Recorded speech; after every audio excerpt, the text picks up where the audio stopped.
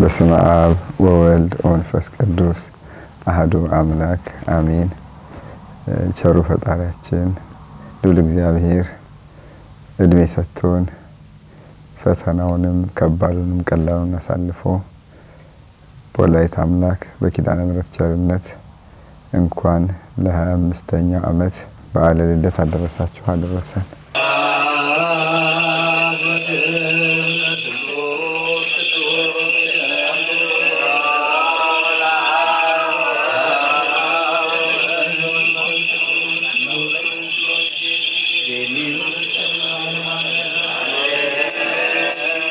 እኔ ወደዚህ አካባቢ መጣሁት ከሌላ ፕሮቪንስ ነው።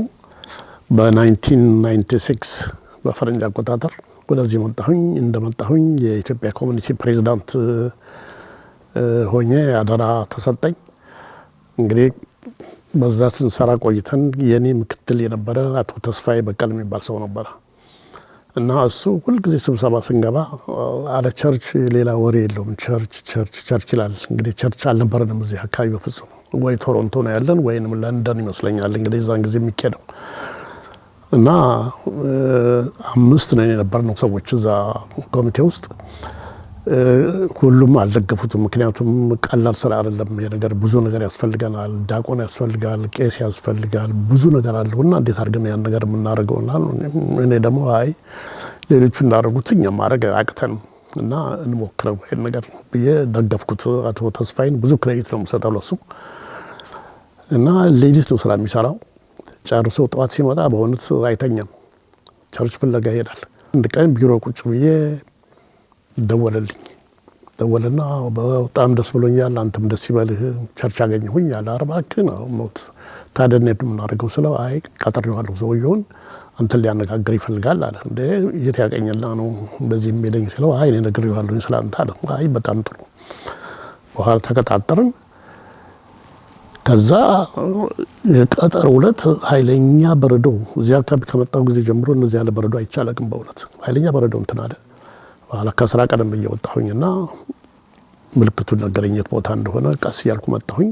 ስመጣ ፊት ለፊቴ አንድ መኪና ሰምጦ እዛ እንትን አየሁኝ።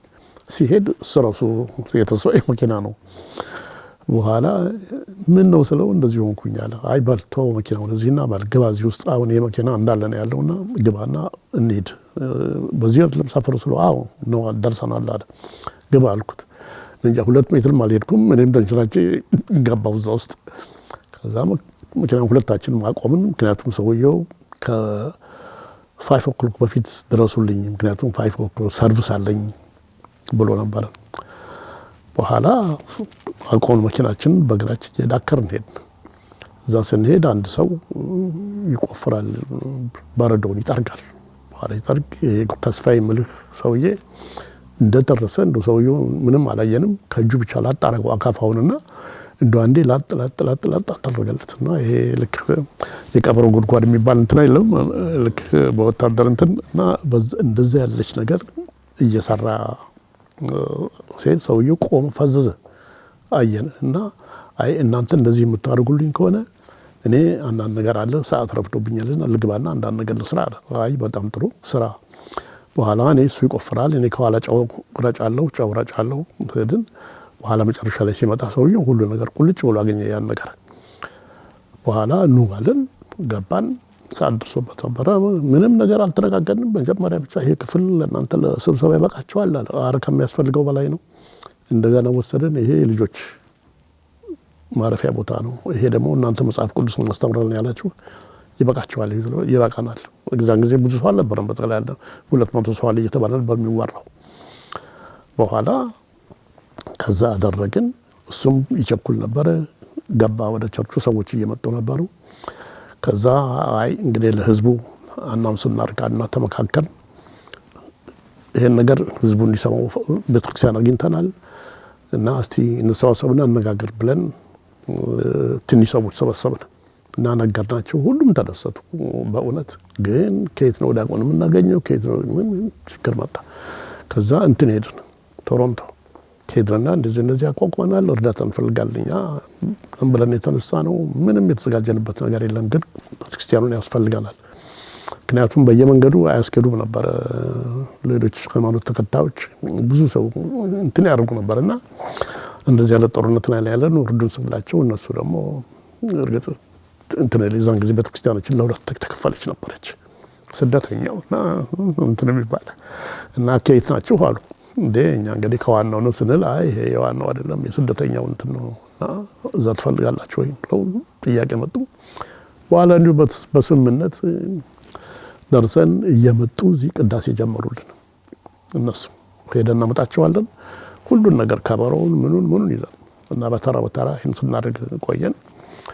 በኋላ አንድ ቀን እንደዚሁ ቢሮ ቁጭ ብዬ ይሄው አቶ ተስፋዬ ዲያቆኖች አገኘናል። አረባክን ተው አገኘናል። በቃ ስማቸውንና አድራሻቸውን ተቀበልልኝና ከነስልክታቸው ምናምን አልኩት። አይ ቅዳሜ ይመጣሉ አለኝ። እንግዲህ እዛን ጊዜ ለፋሲካ ለኒው ኢየር ለጥምቀት ለምን በዓል ሰውን እየሰበሰብን እናገናኛለን። እንደ ግብዣ ነገር ራት ግብዣ እናደርጋለን። እዛ ላይ ይመጣሉ አለ። አይ በጣም ጥሩ። በኋላ ባላሳየኝ ያላቀም አልኩት። እሺ አለ። አሳየኝ። እንግዲህ ታውቁታላችሁ አቶ ደጀኔ ነበር። በኋላ ከዛ ሄድኩ። የሱም ቤተሰቦች ሰላምታ ሰጠሁና ይቅርታ አንድ አበበ እባላለሁ የኢትዮጵያ ኮሚኒቲ ፕሬዚዳንት ነኝ። እዚህ መምጣትህ ደስ ብሎናል። ይኸው ቤተክርስቲያን እንትን ለማለት ፕሮሴስ ላይ ነው ያለነውና አንተም ዲያቆን ነው ሲሉ ሰምተናል። ከነ ወንድምህ እንግዲህ ይሄን ነገር ላካፍል ነው የመጣሁት ምናምን አልኩት። አይ እኔ እኮ ዲያቆን አይደለሁም አለኝ። እንዴት በኋላ እንዴት ተነገረኝ። ደስ ብሎ አይ እኔ መጽሐፍ ቅዱስ ነው እንጂ ማስተምረው ዲያቆን አይደለሁም አለ። ወንድምህ ስለው አይ እሱማ የለበትም እዚህ አካባቢና አለ። በኋላ በጣም ጥሩ እንግዲህ መጀመሪያው መንደርደሪያው ይሄ ነው ይሁን አሉ። አሻን በኋላ በሶስተኛ ቀን ደወለልኝ። እንዴት ነው መጽሐፍ ቅዱስ አስተምራልክ? ተስማማን። መጽሐፍ ቅዱስ የት አለ? በምንድን ነው ማስተምረው ምናምን አለ። እኔ ደግሞ እንዴት የራሱ መጽሐፍ ቅዱስ አይኖረውም ስል ለካ እሱ ህዝቡን ሊደርስም ይፈልጋል። በቃ እንግዲህ 2 ቀን ጊዜ ስጠኝ አልኩት። መስሪያ ቤት ሲሄድ ላለቆች ነገርኩት። ኢመርጀንሲ አጋጥሞኛል ወደ ኢትዮጵያ መሄድ አለብኝ አልኳቸው። አላነሱም። ትንሽ ደነገጡ። አይ ለሰላም ነው ደህና ነው አልኳቸው። የዛን ጊዜ ኢትዮጵያ አየር መንገድ በቀጥታ ወደ ቶሮንቶ አይመጣም ነበረ። በለንደን ወይንም በፍራንክፈርት አድርገን ነበር የምንሄደው ወደ ኢትዮጵያ ስንሄድ። በኋላ ሁለተኛው ቀን ሶስተኛ ቀን ተነሳሁና እንግዲህ አላስታውስም በጀርመን በኩል ሄድ በእንግሊዝ ሀገር ብቻ ከሁለት አንዱ ሄድኩ።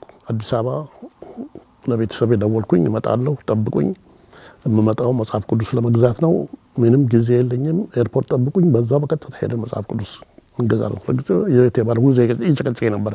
ቤተክርስቲያን የላችሁም ወይ እያለ በኋላ ከዛ ጠበቀኝ። በሰላም ገባን እዛ። ከዛ ከሱ ጋር እንደወረድኩኝ በቀጥታ ይዞኝ ወደ 6 ኪሎ ገደማ ሄደን መጽሐፍ ቅዱስ ፍለጋ እሱ የሚያውቀው ሰው ጋር ስንሄድ አልቋል አለኝ። በጣም ተናደድኩኝ። በጣም ደክሞኛል ደግሞ። በኋላ ቆይ እስቲ ያለና ሁኔታውን አየን። ስልክ ደወለና በሉ እንደዚህ ያለ ቦታ ሄዱ ጠብቃቸዋል አለን። ተነሳን ሄድ። እዛ ቦታ ስንሄድ በኋላ እናንተ ናችሁ ከሌ ደወለው ነው? አዎ እኛ ነን። አመጣና 2 መጽሐፍ ቅዱስ አመጣ። 2 አይደለም የምፈልገው እንደ ስንት ነው የምትፈልገው? ያለውን ነገር እንዳለ ስለው 33 መጽሐፍ አለኝ አለ። አንተው 33ቱን በሙሉ አልኩት። 33ቱን ይዞ መጣ። ከዛ በካርቶን አደረገልኝ እና እሱን ወዲያው ዘንክስቴ ማታውን ተነሳሁና መጣሁኝ። በማግስቱ እዚህ ገባሁኝ። እርግጥ በጣም ይከብዳል መጽሐፍ መጨረሻ ታውቀዋለህ። እና መጣሁኝ እዚህ ለአቶ ደጀኔ ደወልኩለት። መጣሁኝ አልኩት። አይ ባለው ወይዘሮ ቀለም ስጥልኝ አለ። እኮ ምንድን ነው የሚደረገው ነው? አይ እንሸጠዋለን እንግዲህ ለቤተክርስቲያኑ ገቢ ቢሆን ተባለ። ለሱ አስረከብኳት። በዛ መሰረት እንግዲህ መጽሐፍ ቅዱሱ ትምህርት ተጀመረ። እንግዲህ የኔ ዋናው ኃላፊነቴ እንግዲህ ወደዚህ ላይ ያቋርጣል። ምክንያቱም የቤተ ክህነቱ እውቀት የለኝም፣ አድርጌውም አላውቅም። አቶ ደጀኔ እንግዲህ አንተ ያዝ፣ እኔ አዝ ኢትዮጵያን ኮሚኒቲ ፕሬዚዳንት የምትፈልገውን ነገር ለመርዳት ከጎንህ ነኝ ያለሁት፣ ግን ያው ለሰርቪሱ እንመጣለን፣ በምትፈልገው እንረዳዳለን፣ እውቀቱ ስለሌለኝ ከዚህ በላይ መሄድ አልችልም ተባለ። ለአቶ ደጀኔ ያስረከብን። ይሄው እንግዲህ በእግዚአብሔር ፈቃድ እዚህ ደረጃ ላይ ደርሰናል። እንግዲህ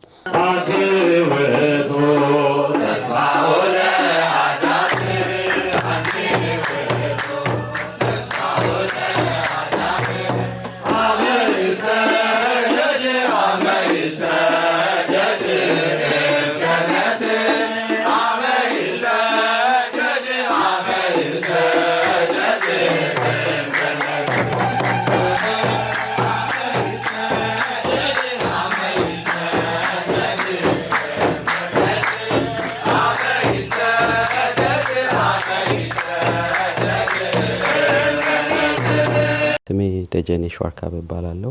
እዚህ ቤተክርስቲያን ውስጥ እንግዲህ ቤተክርስቲያኑ ከተመሰረተ ዕለት ጀምሮ እስካሁን ድረስ በተለያዩ አገልግሎት ያገለገልኩ ነው ያለሁት። እንግዲህ ቤተክርስቲያኑ የተመሰረተው ጁላይ 29 2001 ነው። ይሄንንም ቤተክርስቲያን የጀመርነው በ55 ድሪፍትውድ ሴንት ማርክ ካቶሊክ ቸርች ነው። ይሄን ቤተክርስቲያን ከመጀመራችን በፊት እዚህ ከተማ ላይ ምንም አይነት የኢትዮጵያ ኦርቶዶክስ ተዋሕዶ ቤተክርስቲያን አልነበረም እና ጥቂት ኢትዮጵያውያን ነበሩና እነዛ ኢትዮጵያውያን እንግዲህ በወቅቱ የቻለ ቶሮንቶ ማርያም ነርቶ ይሄዳል፣ ያልቻለ ደግሞ እንግዲህ ግብጽ ቤተክርስቲያንም ግሪክ ኦርቶዶክስም እንዲ ካቶሊክም ፕሮቴስታንት ቸርችም የሚሄዱ ምእመናን ነበሩ። እኔ በ2000 ሴፕቴምበር ነው እዚህ ሀገር የመጣሁትና እንግዲህ እዚህ ስመጣ ያው ቤተክርስቲያን በሰንበት ውስጥ ስላደኩኝ ቤተክርስቲያን ያው እዚህ ሀገር አዲስ ሆነ ስትመጣ ቤተሰቦችህ ያው ይወስዱሃል ለጊዜው ለአንድ ወር ለሁለት ወር ቶሮንቶ ማርያም እየሄድኩ አስቀድስ ነበር። ከዛ በኋላ ግን ያው ምንም አልነበረም። እሁድን እንግዲህ በቤት ነበር የምናሳልፈው። በአጋጣሚ እኔ ለአንድ አመት ያህል ኬንያ ነበርኩኝ። እንግዲህ ከዛ ስመጣ በሰንበት ውስጥ አገለግል ነበር። ከዛ ስመጣ የሽኝት መርሃ ግብር ነበርና ያ በካሴት የተቀረጸ ስለነበረ ያንን እህቶቼ ሰምተው እና ከኔ ጋርም የመጣ ታናሽ ወንድሜ ነበረ። ያው ማህበረሰቡ ቤተክርስቲያን እንዲኖረው ይፈልግ ነበር፣ ግን የሚያሰባስበው አካል ይፈልግ ነበር። በአጋጣሚ እንግዲህ እኔ ያው ለስጋዬ ጉዳይ ነው እዚህ የመጣሁት። እዚህ ከመጣው በኋላ እንግዲህ ኮሚኒቲው በጣም ይቀራረም ነበር፣ ጥቂት ስለነበር በጣም ይግባቡ ነበርና እንግዲህ እህቶቼ ይመስሉኛል ለተወሰኑ ሰዎች ጋር ሲያወሩ አይ ወንድማችን እንደዚህ ነው፣ አይ ቲንክ ወንድሜም የሆነ ብሪፍ አግኝቷል ይመስለኛል፣ ወንድማችን እንደዚህ ይችላል ምናምን ብለው አናገሯቸው። ከዛ በኋላ የኢትዮጵያ ኮሚኒቲ ውስጥ ይሰሩ ከነበሩ ሰዎች መካከል አቶ ተስፋዬ በቀለ የሚባል እሱ እንደው ቤተክርስቲያን እዚህ እንድኖረን ፈልገን ነበረ፣ እንደዚህ ተቸግረናል፣ ምእመናኑም ያው በተለያየ ሁኔታ ላይ ነው ያለውና የቤተክርስቲያን ልጅ እንደሆንክ ሰምተናልና በትረዳን የሚል ነገር ጠየቀኝ። እንግዲህ እምችለውን እንሞክራለን ተባባልን እና እሱ ከአቶ አበበ የሚባል ሰው ጋር የቤተክርስቲያን ሰው ነው ብሎ አገናኘኝ። አቶ አበበ እኔን ሲጠይቀኝ ምን ችለውን እናደርጋለን፣ ምናልባት እኔ ብዙም ዕውቀቱም ችሎታውም የለኝ፣ ተሰባስበን መዝሙር እየዘመርን ጸሎት እያደረግን ስብከቶችን በቪዲዮ እንሰማለን የሚል ሐሳብ አቀረብኩኝ። እንግዲህ ከዚህ በኋላ ይሄን ከተነጋገርን በኋላ ቦታ ወደ መፈለግ ነው የሄዱት።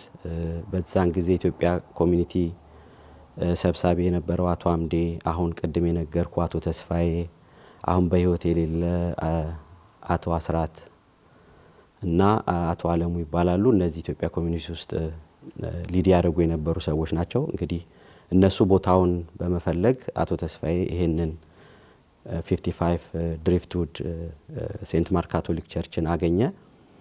ከዛ በኋላ ምንድነው የሆነው? ኢትዮጵያ ኮሚኒቲ ውስጥ የማይሰሩ ግን በኮሚቴነት የቸርቹ መስራች ኮሚቴ እንዲቋቋም ተደረገ። እነሱ ባሉበት ምርጫ ተደርጎ እንግዲህ 7 ሰው ተመረጥን። ከዛ መካከል አንዱ እኔ ነኝ።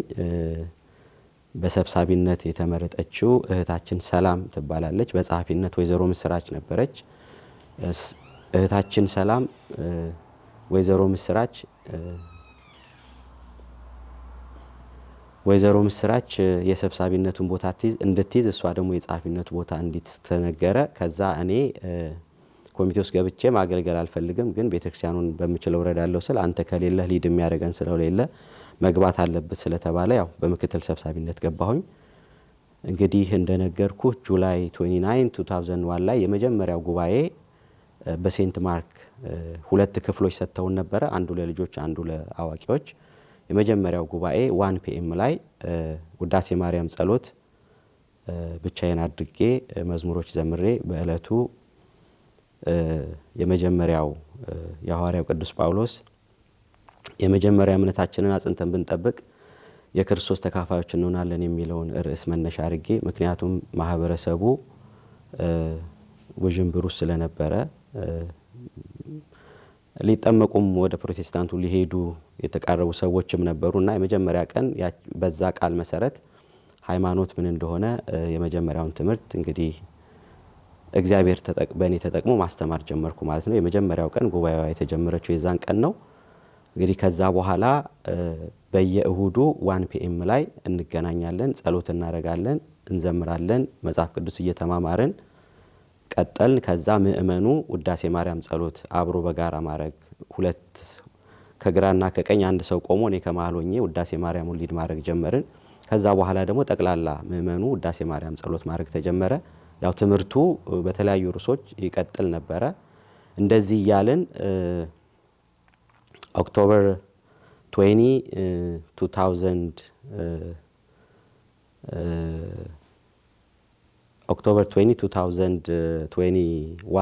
2021 ላይ ቤተክርስቲያን ስያሜ ያስፈልጋታልና ቤተክርስቲያኗ ስያሜ እንዲኖረው አባቶችን ንጥራ የሚል ሐሳብ ተነሳ። እንግዲህ እኔ ከስመጣ ይሄ የሀገር ቤት ሲኖዶስ የውጭ ሲኖዶስ የሚለው ነገር ለኔ ግልጽ አልነበረም፣ አላውቅም። ያው ከሀገር ቤት ነው የመጣሁት። ኬንያም የማውቀው አንድ ሲኖዶስ ነው እና ከዛ አባቶችን ንጥራ ሲባል ግማሹ ከማርያም ግማሹ ከሚካኤል የሚል ነገር መጣ። እኔ ምን ሚካኤል ምንድነው ማርያም ምንድነው የሚል ጥያቄ ጠይቄ ነበር። እንግዲህ አንድ ሰው አይ እንዲ አይነት ነገር አለ ምናምን ሲለኝ ዞሮ የኔ ትልቁ ፍላጎትና አላማ ህዝቡን ስለ ተዋህዶ ሃይማኖት ማሳወቅ ስለነበረ እዛ ውስጥ አልገባሁም። በህዝቡ ምርጫ እንግዲህ ከቶሮንቶ ቅድስት ማርያም ካህናቶች ተጠርተው እንግዲህ ለመጀመሪያ ጊዜ ሊቀ ካህናት ምሳሌ እንግዳና ወንድማችን ዲያቆን ዮናታን እነሱ መተው ኦክቶበር 20 2001 ኪዳን አድርሰው ካናዳ ውስጥ የሌለ ቤተክርስቲያን እጣ ተጠቅልሎ የእመቤታችን ኪዳነ ምህረት ወጣ ማለት ነው። ከምእመናን መካከል አንዷ ገነት ኃይለ ሥላሴ የምትባል የሷ ልጅ ነች እጣውን ያወጣችው። በጣም ህፃን ልጅ ነበረች እና እንግዲህ እጣው ኪዳነ ምህረት የሚል ወጣ። እንግዲህ ከዛ በኋላ እሳቸው ኪዳን ካደረሱ በኋላ እሳቸው እንዲያስተምሩ ነበረ እኔ የጠየቅኳቸው። አይ አንተ ስታስተምር ማየት ፈልጋለሁ ስላሉ ያው እኛ ተከታታይ ትምህርት እንማር ስለነበረ ኢየሱስ ማን ነው የሚል ትምህርት ነበር ስንማር የነበረው። ትምህርቱን ቀጠልን። ከዛ በኋላ ጥሩ ነው ደስ ይላል አሉ እና ከዛ በኋላ ምንድነው እንደውም እኛ ስንጀምር በጣም ጥቂት ነን፣ እናንተ ብዙ ናችሁ፣ ብዙ መስራት ትችላላችሁ ተባለ። እንግዲህ ከዛ በኋላ ቀጠልን። በዚህ መሃል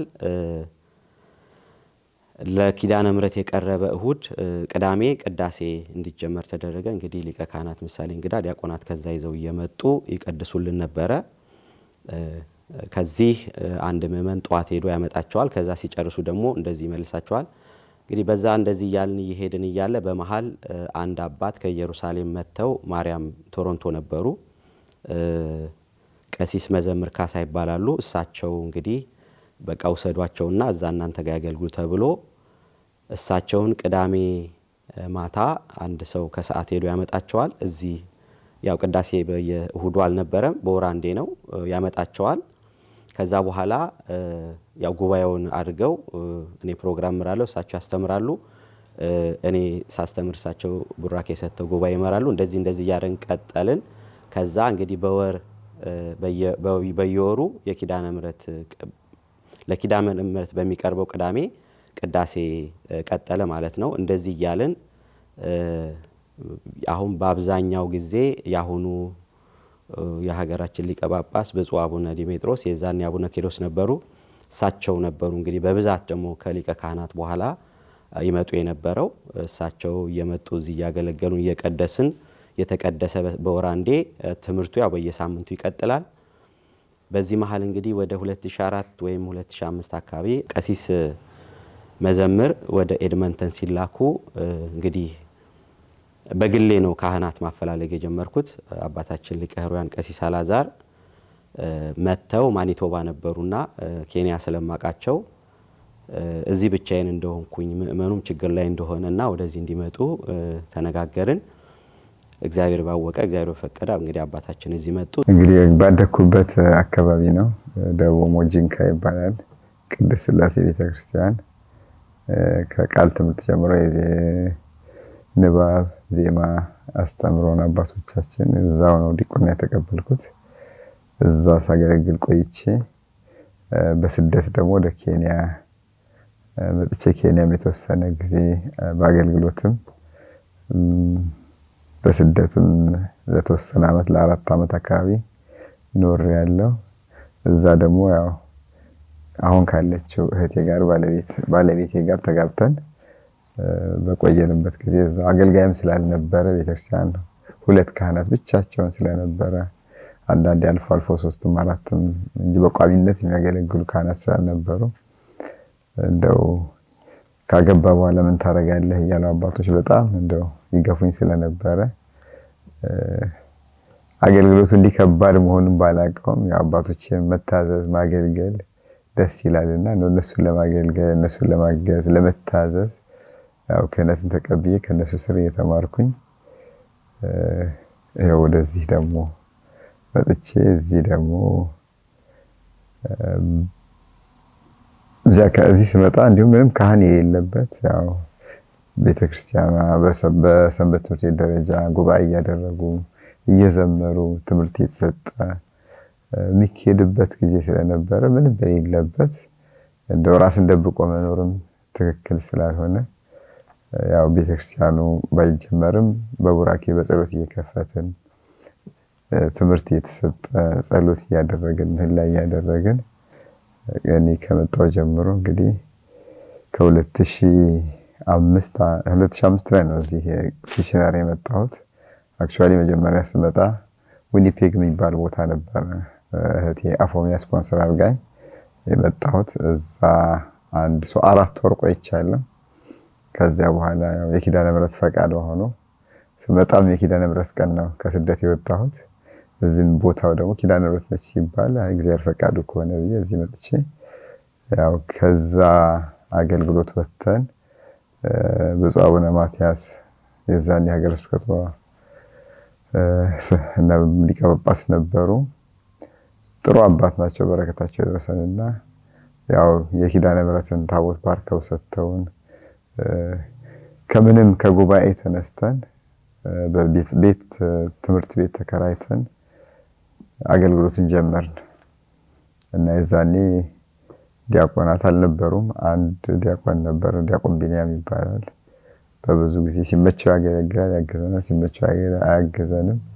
ሳይመቸው ደግሞ ከቶሮንቶ ዲያቆናትን የለመንን ከሌለም ደግሞ ቅዳሴው እንዳይታጎል አገልግሎቱ አንድ እሑድ ከታጎለ ሰው ሁሉ ስለማይመጣ አንድም ሰው ሁለትም ሰው እንዳይቀር ቤተክርስቲያኑ አንዲት ለመዳ አገልግሎቱ እንዲቀጥል ያው ሁሉ ጊዜ አናስታጉልም ነበር በየቀኑ አገልግሎቱን እና ከዛ ጀምሮ ቤተክርስቲያኑ እያደገ ዲያቆናትም የመጡ 1 2 3 ከዚያ በኋላ እነሱ ደግሞ ሲሄዱ ሚተካ ይጠፋልና በጣም ትልቅ ፈተና ነበር።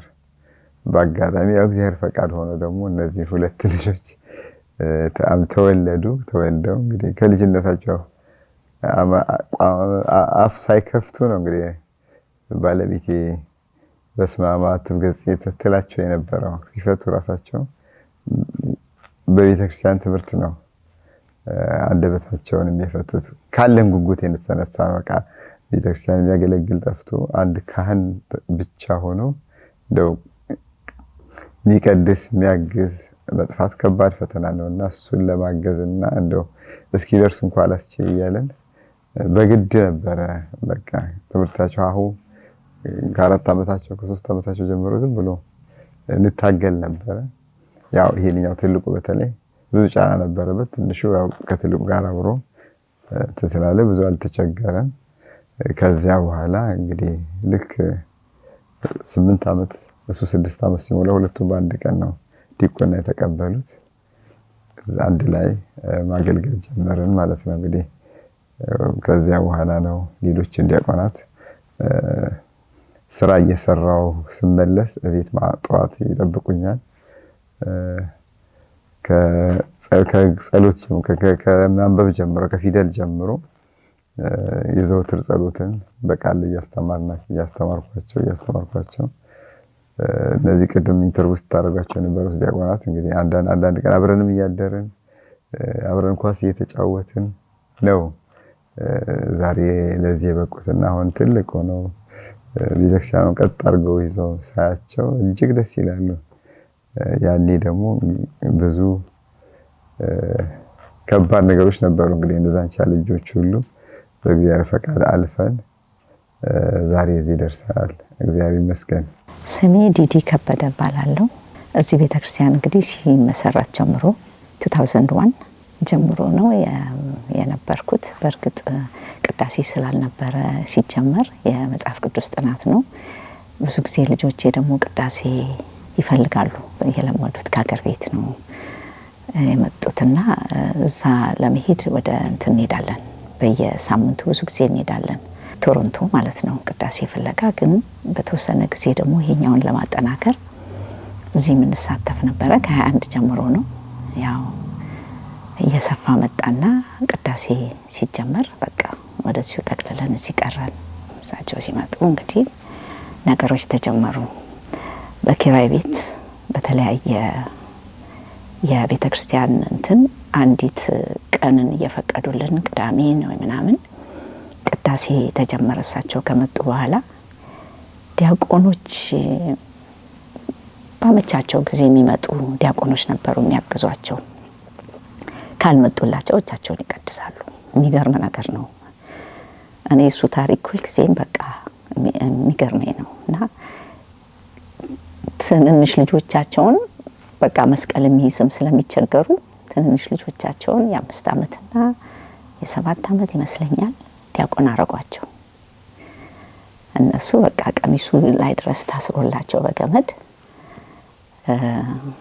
አብረው እያገለገሉ እሳቸው ደግሞ ያው የነበረው በጣም አሰቃቂ ጊዜ ነበረ። ማለት ቤተክርስቲያን ትምህርት ቤት ውስጥ ተከራይተን ነበረ፣ የባስኬትቦል ምናምን መጫወቻ ውስጥ።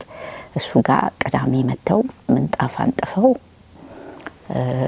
ብቻቸውን ምንጣፍ አንጥፈው መቅደስ ሰርተው የሚወላልቅ ተሰርቶ ነበረ። እሱን ሰርተው ታቦት አድርገው ቀድሰው ደግሞ እንደገና ያንን አንስተው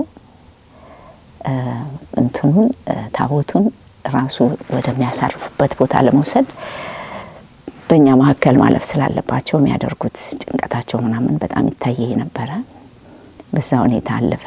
ከአንዱ ቦታ አንዱ ቦታ መሄድ ነበረብን። የተለያየ ቦታ እየተከራየን እየሄድን በመጨረሻ ላይ ያገኘነው ትልቅ ቤተክርስቲያን ነው። ግን ዋጋው ውድ ነው። ገንዘባችን ጋር ከግማሽ በታች ነው ገቢያችን። እሱ ደግሞ የተጠየቅነው በቃ እጥፍ የሚሆን ነው። የማንችለው ስለሆነ አሁን ቤት ፍለጋ ላይ ኪራይ ፍለጋ ላይ ያለን ያው ኪዳነ ምሕረት እንግዲህ እግዚአብሔርን ቤተክርስቲያንን እግዚአብሔር ነው የሚሰራው የሚባለው ይሄ ነው።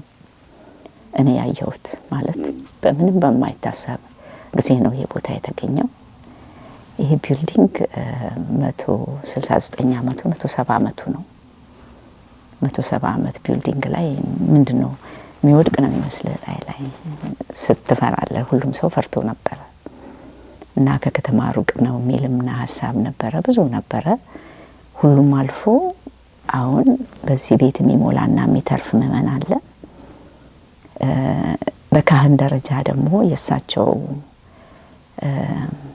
ጽናትና ጥንካሬ ያደረው እኔ ቤተክርስቲያን እንዴት ቤተክርስቲያን ማለት እና ካህን ማለት ምን እንደሆነ በጣም ያወቅነው እሳቸው ነው። ጠንካራ ናቸው። እና ከዛ በኋላ እግዚአብሔር ፈልገን እስቲ ካህን ይምጣልን ብለን አይደለም፣ ሁሉንም አይነት ኪዳነ ምሕረት ሁሉንም አይነት አገልግሎት የሚሰጡ እንደ ሊቀ ጠበብት አይነት መምህር አስተማሪ ከአንድም ሁለት በራሱ ጊዜ እግዚአብሔር አመጣልን። አጥማቂ መጡልን። ከሁሉም አይነት ካህን አለን እኛ አሁን። እና እኔ ያለኝ ይሄ ትዝታ በቃ የቤተክርስቲያኑ ሲመሰረት ስትለኝ ከዛ ተነስተን እዚህ መድረሳችን ነው ለኔ ማስታወሰው። የሚገርመኝም ሁልጊዜ የሚደነቅበት የምእመኑ መብዛት እና እንደገና አገልግሎቱ በጣም በሚገርም ሁኔታ ብዙ ጊዜ ትልልቅ አባቶች ምናምን ሲመጡ እዚህ ቅዳሴውን ያውና እንደዚህ አይነት ቅዳሴኛ ገዳም ነው ያየነው ይላሉ።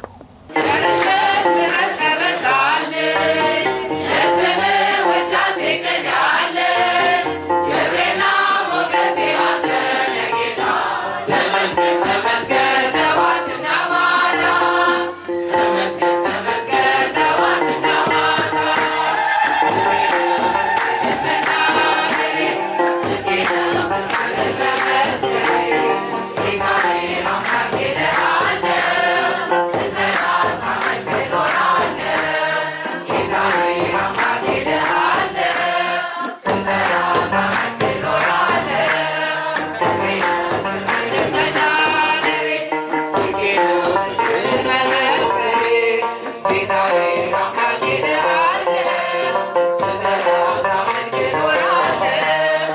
ኤደን በቀለ ይባላል። እዚህ ቤተክርስቲያን እንግዲህ ከተመሰረተ ጀምሮ እዚህ ነበርኩኝ። ሀገር የመጣሁት እኔ 7ኛ ክፍል እያለሁ ስለሆነ ከመጀመሪያው ጀምሮ እዚህ ነበርኩኝ። የትምህርት አገልግሎት በነበረ ጊዜ በዛ ጊዜ ወንበር በመደርደር ያው ልጆች ስለነበርን ወንበር በመደርደር እናገዝ ነበረ። ከዛም በኋላ መዝሙር ሲባል ምንም መዘምራን ስለሌለ እኔና አንድ እህቴ ቤርሳ የምትባል ሁለታችን ነበርን የመጀመሪያው መዘምራን ሆነን የጀመርነው። ያው እኔ እዚህ ሀገር ስመጣ ትምህርት የሚባል ላይ እንደዚህ የሚያስተምረን ሰንበት ትምህርት ቤት እኔ ሰንበት ትምህርት ቤት አላቅም ሀገር ቤት ገብቼ ስለማላቅ ስለ ሰንበት ትምህርት ቤት ምንም ነገር የለም እና እኛን የሚያስተምረን ማንም አልነበረም። እግዚአብሔር ይመስገን ያው በእናታችን ኃይል በመማር ስለ ቤተክርስቲያን እንድናቅ በአያታችን ኃይል እንድናቅ ተደርገናል። ከዛ በኋላ ግን እዚህ አሁን በሰንበት ትምህርት ቤት ለብዙ አመት አገልግያለሁ ልጆችን በማስተማር ማለት ነው። እሁድ ቅዳሴ ከተቀደሰ በኋላ እዚህ ትምህርት ወንጌል ሲማሩ እኛ ደግሞ ልጆችን በየእንትናቸው እየሰበሰብን እናስተምራቸዋለን። አርብም በአካዳሚ ትምህርት እናስተምራቸዋለን። ከዛ በኋላ በመጽሐፍ ቅዱስም ትምህርት እናስተምራቸዋለን። ያው እነሱንም በምናስተምረበት ጊዜ ለእኛም ትምህርት ነው ማለት ነው። እኛም እየተማርን አብረን ከልጆቹ ጋር እናስተምራለን። ስሜ ሰናይት አድማሱ ይባላል። እዚህ ማገልገል የጀመርኩት ከ2013 ኦገስት ጀምሮ ያው እስካሁን ድረስ ማለት ነው ኦልሞስት 13 አመት ምናምን። እግዚአብሔር ፈቅዶ ወደዚህ ወደ ኪችነር ሀመኖ ኪዳነ ምህረት ከመጣው በኋላ በትልልቆች መዘምራን ክፍልና እንዲሁም ደግሞ በህፃናት ክፍል ውስጥ በመሆን እያገለገልኩ እገኛለሁ ማለት ነው እስካሁን ድረስ። እኔ መጀመሪያ ሲጀምር መዝሙርም ትምህርትም ሁሉንም ነገር አጠቃልዬ ነበረ እሰራይ ነበረው። አሁን ግን እግዚአብሔር ይመስገን ክፍላት አሉ፣ ብዙ የሚያግዙን ልጆች አሉ፣ የሚሰሩ ልጆች አሉ። አሁን የምናገለግላቸው አገልግሎቶች መዝሙር እለቱን በተመለከተ መዝሙር መርጠን እናስጠናቸዋለን። ያንን መዝሙር ያጠኑና በአውደ ምሕረት ላይ ለምእመናኑ ያቀርባሉ ማለት ነው ለራሳቸው ከተገነዘቡት በኋላ። መዝሙር በጣም ትልቅ ፓወርፉል የሆነ የመጽሐፍ ቅዱስ ክፍል ነው። አባታችን ዳዊት እንዳስተማረን ዳዊት መዝሙር በሚዘምርበት ጊዜ ሳኦል ምን ይሆን እንደነበረ እናውቃለን፣ አባቶቻችን እንዳስተማሩ ማለት ነው። እንደገና አሁን አንተ እንዳልከው መዝሙር ጸሎት ነው፣ መዝሙር ምስጋና ነው፣ መዝሙር ስብከት ነው። አንድ ሰው ማንም አሁን ህፃናቱም መዝሙርን ከመዘመራቸው በፊት ስለ መዝሙር ምንነት ጠንቅቀው ቁጭ ብለው ይማራሉ። ሌላውም አካል ደግሞ መዝሙርን በሚገባ ሁኔታ ካጠና በኋላ ከተማረ በኋላ ቢያቀርበውና ለሌላው ደግሞ አባቶቻችን እንዳስተማሩን ግዕዝ፣ እዝል፣ አራራይ የሚለውን ዜማ ጠንቅቀው ሁሉንም አውቆት እግዚአብሔር ይመስገን አሁን እኛ ልጆችን ይሄን ሶስቱን ግዴታ አውቁ ብለን አናስገድዳቸውም። ለምን ያሉበት ሀገር ይሄንን እንዲያውቁ እንትን አይላቸውም፣ ብዙ ነገር ስለሚስባቸው ማለት ነው። አዋቂዎች ግን ትልልቆች በመዝሙር የምንሳተፍ እነዚህን ሶስቱን ነገሮች ጠንቅቀን አውቀን ብንዘምር አንደኛ ለሌላው ትምህርት እንሆናለን፣ ለራሳችን ደግሞ ጸሎትና ከእግዚአብሔር ጋር የምንነጋገርበትን መንገድ እንመሰርታለን ማለት ነው።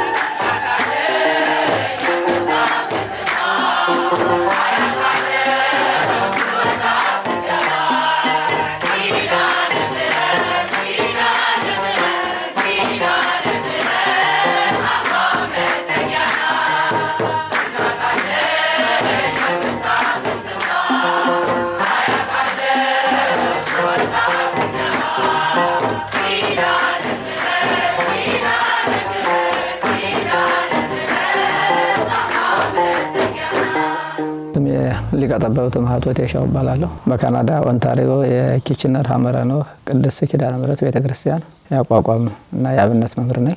እዚህ ሀገር ከመጣው 7 ዓመት ሊሞላኝ 2 ወር ይቀረኛል። እንግዲህ በኢትዮጵያ የተለያዩ ክፍላተ እጉር ነው የተማርኩት። በተለይም መጨረሻውን አቋቋሙን ያው በጎንደር ክፍለ ሀገር ተምሬ መጨረሻ በማዕከላዊ ጎንደር በምትገኘው በበዓታ ደብረ ኃይል ወይ ደብረ ጥበብ በዓታ ለማርያም ከእንተ ሄኖክ ያቋቋም ምስክርነት ተቀብያለሁ። ከዛን ጊዜ ጀምሮ እንግዲህ በተለያዩ ቦታዎች ብዙ ደቀ መዛሙርቱን አሁን የቤተክርስቲያን አገልጋዮች የሆኑ መምህራን፣ መርጌቶች፣ የአድባራት አስተዳዳሪዎች ብዙ ታላላቅ ቦታ ያሉ መምህራን ጭምር አፍርቻለሁ። ጉባኤ ዘርግቼ በተለያዩ ቦታ አስተምሬያለሁ። ወደ 10 ዓመት ጉባኤ ዘርግቼ አስተምሬያለሁ። አቋቋም ማለት ነው። ከዚያም እግዚአብሔር ፈቅዶ ወደዚህ ሀገር ከመጣው በኋላ ያው ማስተማር እንደ ማስተማር ደስ የሚል የለምና ቤተክርስቲያኗ ነች አመጣችኝ በወንድሜ በደጀኔ አማካኝነትና በነ ሊቀሪያን አልዓዛር አማካኝነት ቤተክርስቲያኗ አመጣችኝ። ከመጣው ጊዜ ጀምሮ እስካሁን ድረስ ያው በተቻለ መጠን ያው እዚህ ሀገር ማስተማር ከባድ ነው። ልጆችን እያስተማርኩ አገልግሎቱም በስፋት እያገለገልን እንገኛለሁ። አገልግሎቱ በጣም ጥሩ ደረጃ ለአካባቢው አርአያ የሚሆን አገልግሎት ነው እየተሰጠ ያለው በዚህ ቤተክርስቲያን።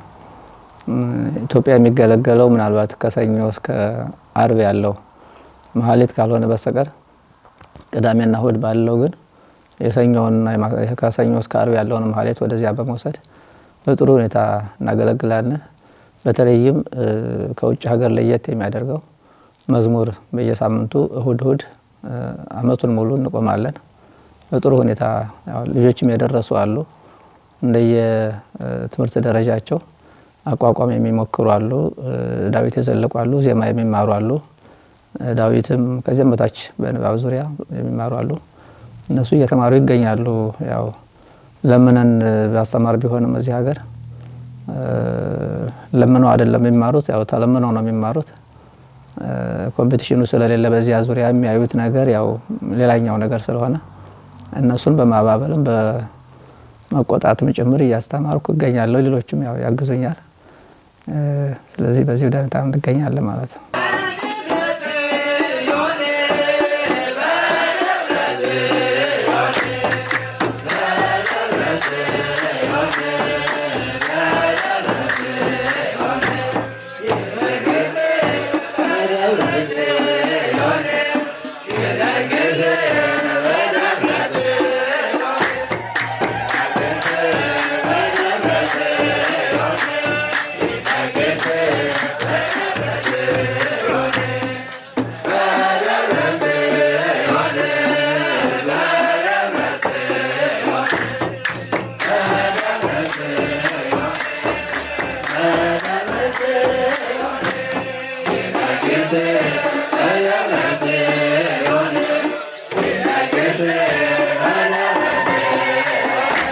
ወትቀ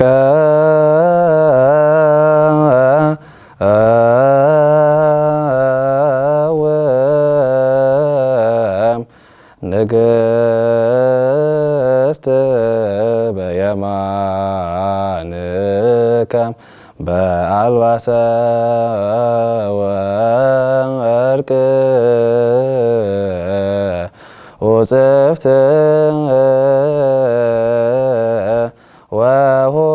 ወሆብት ስምዒ ወለትየ ወርእይ ወአጽምዒ እዝነኪ። ስሜ መባ ደጀኔ ውበቴ ይባላል። 18 ዓመቴ ነው። እዚህ ሀገር ነው የተወለድኩት። ዲቁና የተቀበልኩት በ10 ዓመቴ ነው። የአብነት ትምህርት ከህፃንነቴ ነው የጀመርኩት። አይ ቲንክ በ5 ዓመቴ ነው።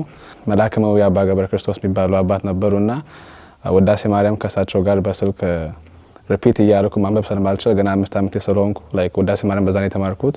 ከዛ 7-8 ዓመት ላይ ጨረስኩ። ከዛ በኋላ ከሊቀ ሕሩያን ጋር ቅዳሜ ምስባክ ቅዳሴ በሳምንት ታይም እንቀጽን ነበር። ከዛ በኋላ እንደዛ ያለን ዲቁና ተቀበልኩ። ከዛ በኋላ ከተቀበልኩ በኋላ በአንድ አመቱ ሊቀ ጠበብት ማህቶት መጡ። ከዛ ከሳቸው ጋር እንደገና ከሀ ጀምረን ውዳሴ ማርያም ተምረን እስከ መልክአ ኢየሱስ ጨርሰን ከዛ በኋላ ውዳሴ ማርያም ዜማ መዝሙር ዳዊት ዘልቀን አቋቋምን አሁን መማር እንትን እያለ ነው ከሳቸው ጋር እና እንደዛ ነው ሂደቱ እስካሁን ድረስ። እኔ ላይክ አሁን በህፃንነቴ ላይክ እናቴና አባቴ ላይክ እንግሊዝኛ አንችልም ብሎኝ ነበር እና ላይክ በአማርኛ ነው አፌን ራሱ የፈታሁት። ትምህርት ቤት ራሱ ስጀምር ላይክ ተቸግሬ ነበር። ላይክ ልጆች ጋር ላይክ እኔ በአማርኛ እመልሳላቸው ነበር፣ እነሱ ደግሞ ላይክ በእንግሊዝኛ ያወሩኛል። ከዛ ተቸግሬ ነበር መጀመሪያ ላይ። ሶ ላይክ በዛ መጠን ነው እኔ አማርኛ መቻል የቻልኩት እና ስለሱ አመሰግናቸዋለሁ በዚህ አጋጣሚ። ከዛ በኋላ እንግሊዝኛው ያው እዚህ ሀገር ስለሆንኩ ወዲያው እንትን ይዤዋለሁ። ከዛ ያው ትምህርት ቤት ስትሆን ምናምን እንግሊዝኛ ታወራለህ። ከዛ ቤተክርስቲያን ምናምን ከቤት ስሆን ምናምን አማርኛ ብቻ ነው የማወራው። ከሰው ጋር በስልክም ቢሆን በአማርኛ ነው የማወራው። ለምሳሌ ከሰኞ እስከ ዓርብ ሞስትሊ ላይክ የትምህርት ቤቴን ነገር ነው ላይክ መሰራው። ከዛ ላይክ ዓርብ፣ ቅዳሜ፣ እሁድ ቅዳሜም ከየኔታ ጋር እንማራለን። ግን በሁሉም ነገር ላይክ ብዙ ነገር አሁን ኦንላይን ላይ ስለሆነ በራስ ጥረት ታጠናዋለና ኢቨን ላይክ ትምህርት ቤት ምናምን ላይክ የሄድክም በጆሮ ላይክ ኤርፖድን ሰክተ ላይክ ዜማው ምናምን ተሰማዋለህ። ከዛ ስታጠናው ላይክ ቀላል ይሆንልሃል። በሱን ባላንስ ማድረግ ነው። ምክንያቱም ላይክ ለማጥናት ቀላል አይደለም የቤተክርስቲያን ነገር ብዙ ሰዓት ይፈጃልና ያ በእንደዛ ላይክ help yourself doing that and then ከዛ ቅዳሜ እሁድ ዓርብ ቅዳሜ እሁድ ላይክ በደንብ የቤተክርስቲያን ነገር ነው ማጠናው። ግን ፈተና ካለኝ ግን ወደ ትምህርቴን አዘንበላለሁ ጊዜን እና እንደዛ ባላንስ ያደረኩ ነው። ላይክ ቲኔጀርም ስትሆን ላይክ ከባድ ነው፣ ብዙ ቻሌንጆች አሉ። ግን ላይክ አሁን ከምትውልበት ሰው ጋር ላይክ እነሱ በጣም ወሳኞች ናቸው። አሁን ከመጥፎ ጋር ሰው ከዋል ላይክ መጥፎ ነገር ነው የምታደርገው። ላይክ ለህይወት የሚጠቅም ነገር አታደርግም። ግን ላይክ ታድያለሁ እኔ ላይክ ብዙ ዲያቆናት አለ እዚህ ቤተክርስቲያን ላይክ ህፃንነቴ አብሬ ያደግኩትና ላይክ አብረን ተጠያይቀን ላይክ ተጣጣናል ላይክ ለምን ጠፋ ምናምን እንባባላልና እሱ ራሱ ላይክ ሰፖርት ሲስተም ስላለኝ እሱ ያገዛል በጣም። የቤተክርስቲያኑ ላይክ ትምህርት ላይክ ለህይወትም ትምህርት ነው። ላይክ ቤተክርስቲያንን ላይክ ያለኝ ስነ ምግባር ላይክ ትትና ላይክ ሁሉም ላይክ ፍሬዎች ላይክ የተማርኩት ላይክ ወደ ህይወቴ ሁሉ ላይክ ጠቀመዋለሁና ሁሌ የካባቴ ላይክ ከመጀመሪያ ጀምሮ ሰበካ ጉባኤ ላይክ ያገለግል ነበርና ስለዚህ እሁድ መቼ ማንቀርም ነበር። ስለዚህ ላይክ አሁን እሁድ በቃ አሁን ለምሳሌ ላይክ ሳምንቴ ሁሉ ላይክ በቃ ይበላሻል። ትምህርት በራይት ራሱ ላይክ መሄድ አልፈልግም። በቃ እሁድ ከቤተክርስቲያን ካልመጣው ያን ያህል ነው ቤተክርስቲያን ላይክ ለኔ ህይወት ላይክ የጠቀመኝና ይሄ ቤተክርስቲያን አሁን ስንጀምር እኔ ህፃን ሆኜ ትምህርት ቤት ውስጥ ነበር። ከዛ በኋላ ቅዳሜ ራሱ ላይክ ትንሽ ከፍ ስለ 5 6 7 8 ምናምን ሲሄድ ከአባቴ ጋር መንጣፍ በየሁዱ በየቅዳሜ ማታ መተን እናንጥፍ ነበር። ወንበር ይስተካከል ነበር። ከዛ በኋላ እሁድ ከቅዳሴ በኋላ ደግሞ ሁሉ ተነስቶ እንደገና ኤቭሪቲንግ ይቀመጣል። ላይክ ችግር ነበር መጀመሪያ ላይና ያን ሁሉ አልፈን ላይክ ቤተክርስቲያኑ በጣም ብዙ ነገር ተመሪያለሁ። ላይክ እዚህ ሀገር አድጌ balancing the school life and like social life, like the Western culture life and balancing church is kind of hard. But like no matter what like where we live or like what situations we have, we should never like stray away from church, because like without the church like the church without youth is dead, and the youth without church is also dead. So like we need each other. So I would say like no matter what like happens in your life or no matter what reasons, there's always going to be a lot of troubles and tribulations that like you have to go through if you want to get to somewhere successful. So I would say don't ever like I would say try to come to church as much as you can. ጸልዮ በእንተ ሰላም ፍጽምት ወፍቅር ታምሁ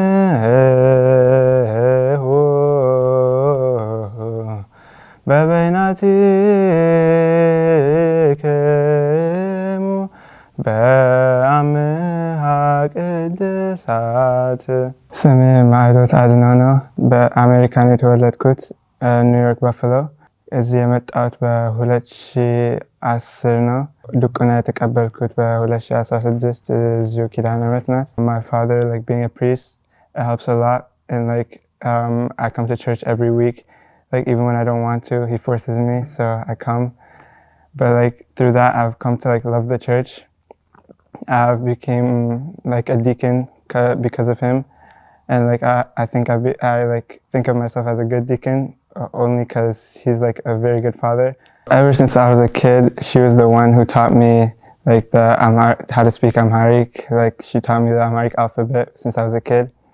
Like before I knew English, she taught me how to speak Amharic, and then I learned how to speak English, and she was like my number one supporter. She would also always drive me like to be like in the church and like become a good deacon.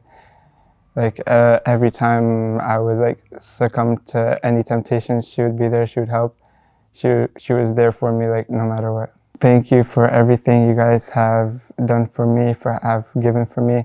You guys have put up a lot of sacrifices for me and my brother to be in the position we are.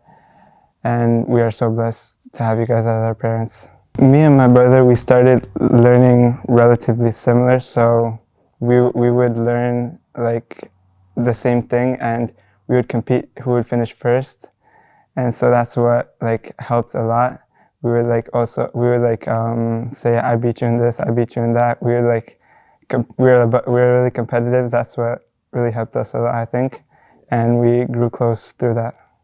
I'm glad I have you as a brother. Like, I don't think I'd be in the position I am without you.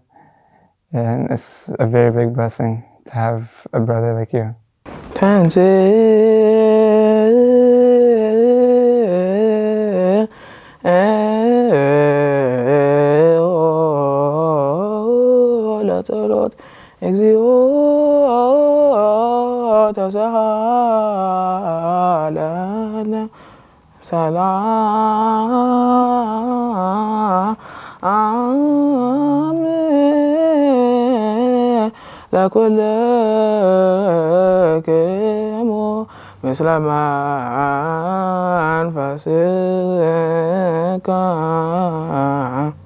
My name is Johannes Tazama. I was born in Kitchener, Ontario, Canada, and I'm 16. I was ordained here, Kamarano Kidanamet.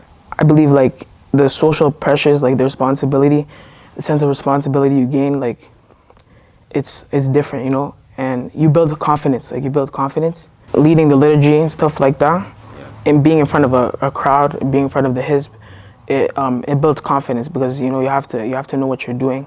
Yeah, like you have to do it right. There's like a lot of pressure because like you don't want to get anything wrong, you know, in front of his. So like in like different society, like in a society like this, having confidence, like socially, any way, it's like it's really powerful and you need it. So like doing the liturgy, doing all that. When you become a diakon, you have to do liturgies. You have to do like mastamara lebin design again, and you have to learn a lot. In my home, I speak Amarenga mainly with my parents, right? They set a rule where like you speak Amarenga mostly because that's the only place you can learn it. Like because we're here in Canada, the main language is usually English, so you're gonna speak English at school and with your friends and stuff like that. So speaking at home and speaking with parents here, like in the church, because they speak mainly Amarenga, you practice Amarenga like with your parents and with the community at church, and with Giz you learn it like through like the kahinat, the abatoch. So like there's different places where you'll like learn different languages and, you know, you adapt through that. The youth is everything, right? And so I want to make sure like the youth has a strong foundation, because the youth is going to be like the one marrying the church in the future, right? So we need to know we need to know our roles, we need to know what to do, we need to know what to learn and stuff like that. And we need to dig deeper into the church teachings so that like, you know, we'll have a good future in the church and make sure the church is stable.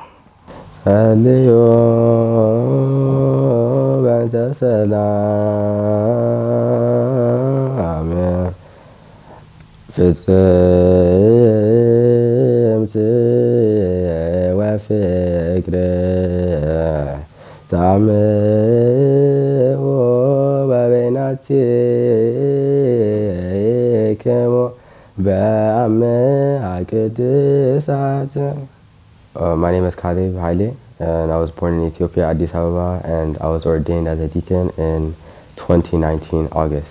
Like since a very young age, I was always like in the church learning Amarenga, Giz, Udas Mariam, and I think it just led to a point where I was, by the grace of God, I was picked to become a deacon.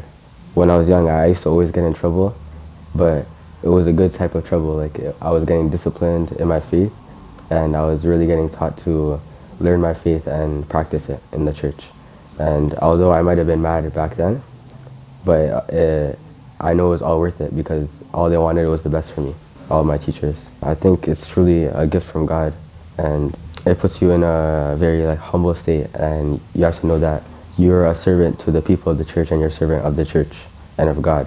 When you serve in the church, it's good to do it through humility, serve for the people, and it's just a blessing. I think it's impacted a lot of my life because I was a deacon since a young age, and whenever I went to school or anywhere else, whenever I went to work, I would always know my faith and I would always stand true to it. And it would help me get through distractions, trials, and tribulations of the outside world and the worldly desires of other people. I think church is everything. Like the Bible says, Christ is the bride of the church, and Christ dwells inside the church. So, and when 2, 3 gather, Christ will be there. That's what the Bible says. And I think if you have a core firm belief in your church and in your faith, I think anything else doesn't matter, and God will help you through everything else.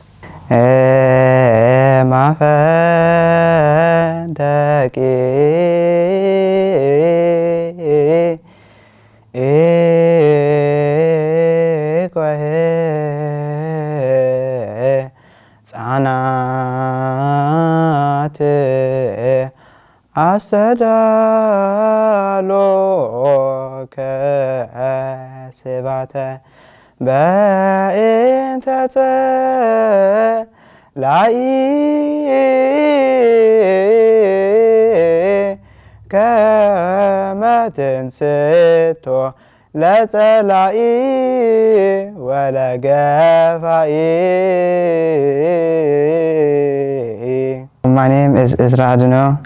I am 17 years old. I was born the same as my brother in New York, Buffalo. Our daily life was always incorporated with church. You know, I was called my father. He was a priest. My mother was she's a mezammeran. You know, even when we were outside, you know, there would always be mezmor playing on the car, and my mom would be singing mezmor. Like I feel like I took that from them. So like even like when I go to school, I'm always like thinking of the wedevs. You know, it was called that. I'm always constantly saying those, and like I feel like that's something different that I got from my brother. Like I incorporate that to my daily life. Like wherever I go, I'm always doing like my zema. Like sometimes my friends they get annoyed, and like yeah, I feel like that's something I got from my family. To my mother, thank you so much. I truly couldn't be here without you, and like my love for the church I wouldn't have if it wasn't for you. You know, she was called Tommy as a mother, as a teacher. She was a friend. Like she was everything to me. Like not just simply a mother. She was my teacher. She was my friend at times, and then sometimes she was even my therapist. Sometimes too. You know, when I was sad, she was everything. So for that, I truly thank her, and yeah, I love you, Mom. And my father, like he's one of my main role models in life. You know, like his love for the church. And that's like I think I hope like to strive to be like him, you know, his love for the church, and like it was called to do all that and still come to church, wake up early, do qaddas, all of that, and like still help around the home. And it was called be able to be part of our life while working all that. Like I'm very impressed. Like I want to be like that in the future too. When I become I was called a father and a priest like him. So like thank you for being one of the greatest role models in my life. Thank you so much. Like sometimes like he was like the wall I could lean on, you know. When like I felt alone, he was there for me, and like he was always there to push me like one step further. When I felt like lagging behind, when I felt like staying home instead of going to church, and when I felt like staying was called not studying, he would always push me because he would be ahead of me and he would make fun of me for it. And I knew like out of his love for me that he would push me. So like I thank him very much for being like the wall of my life that I could lean on.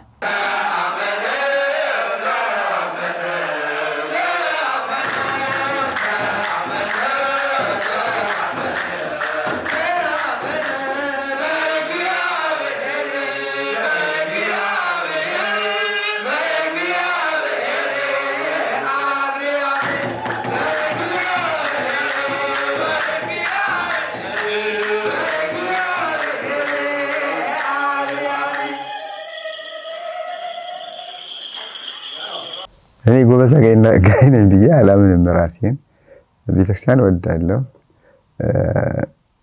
ለነፍስ አገልግሎት ለራስ ነው። ቤተክርስቲያን ደግሞ ከሌለች ህይወት የለም። ማንም ሰው መጠጊያው፣ ማረፊያው፣ መጽናኛው ቤተክርስቲያን ነው እና ቤተክርስቲያን እንዲኖረን ስለምፈልግ ካህን ስለሌለ ምእመን ግን እያለ ቶሮንቶ እየተቀደሰ ብዙ ችግሮች ስላሳለፉ የሚነግሩኝ ነገሮች ብዙ ስለምሰማ እነዛን ነገሮች ለመቅረፍ እና እዚህ ቤተክርስቲያን ኖሮን ጥሩ አገልጋዮች ኖሮን ቤተክርስቲያኗ ደግሞ ሁሉ ጊዜ በቃ አገር ቤት ምን ናፈቃቸው ቤተክርስቲያኖች ምሰላቸዋለሁ አባቶች ያሰደጉኝ አስተዳደግ አለ እና እሱን እናፈቅ ስለነበር እንደዛ አይነት አገልጋዮች መተው እስኪረከቡ እስኪያገለግሉ ድረስ እንደው ቤተክርስቲያን መጠበቅ አለ ዘበኛ አንድ ቤት እንደሚጠብቀው እዛ መጠበቅ አለብኝ ብዬ ስለማምን እንደ ቤተክርስቲያን ልትሸት ለማድረግ ነው ቤተክርስቲያን ሲጀመር ጀምሮ እንደው እግዚአብሔር ተበሰገነ እና መላከ ሕይወትን የመሰሉ ትልቅ አባቶች ነበሩ ቶሮንቶ ተክለ ሃይማኖትን የሚያገለግሉ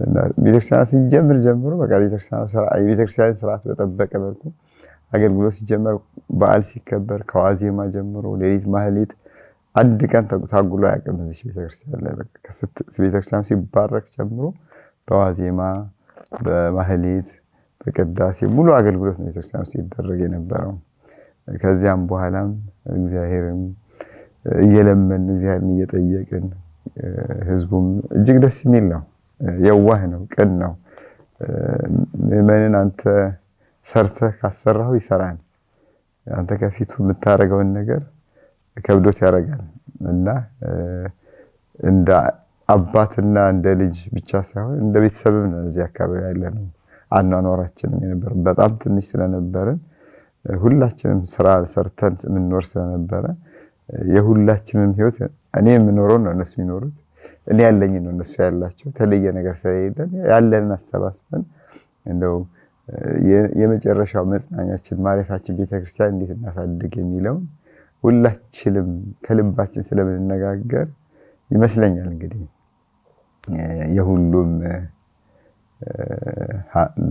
አስተያየት እንግዲህ አባታችን የሚለውን ነገር የሚናገሩት እንጂ የተለየ ነገር ኖሮኝ አይደለም ከማንም የተለየ ምንም እንደ ቤተክርስቲያን ደረጃ ማን ህብባል ይሄ ነኝ ብለው የለኝም ለቤተክርስቲያን በቃ ቀናቱ ፍቅሩ አለኝ በዛ ውስጥ ቤተክርስቲያን በጥሩ እንድትገለገል ናፍቃለሁ እና እግዚአብሔርም ፈቃዱ ሆኖ ይሄን ቤተክርስቲያን እንደው በቸርነቱ ሰጥቶና ጊዜ ብዙ ታሪክ አለው እነሱ ይሄን ታሪኮች እንግዲህ የቀደሙ ልጆች ሳይናገሩት አይቀርም ብዬ አምናለሁ እና በብዙ ቸርነት በብዙ ፈተና ይሄን ቤተክርስቲያን ካገኘን በኋላ እቺ ቤተክርስቲያን የሁሉ መጽናኛ ነች የኔ መጽናኛ ነች የሁሉም ደግሞ መጽናኛ ነች ማንንም መጥቶ እንደው አይመለስባትም በቃ ክፍት ነች አልቅሶ ከእግዚአብሔር ጋር ተነጋግሮ የሚፈልገውን ነገር ጠይቆ ይሄድባታል እና ያ ነበር ናፍቆታችንን ፍላጎታችንን እግዚአብሔር ይመስገን ጥሩ መርጌታም ጥሩ መምህርም እግዚአብሔር ሰጥቶናል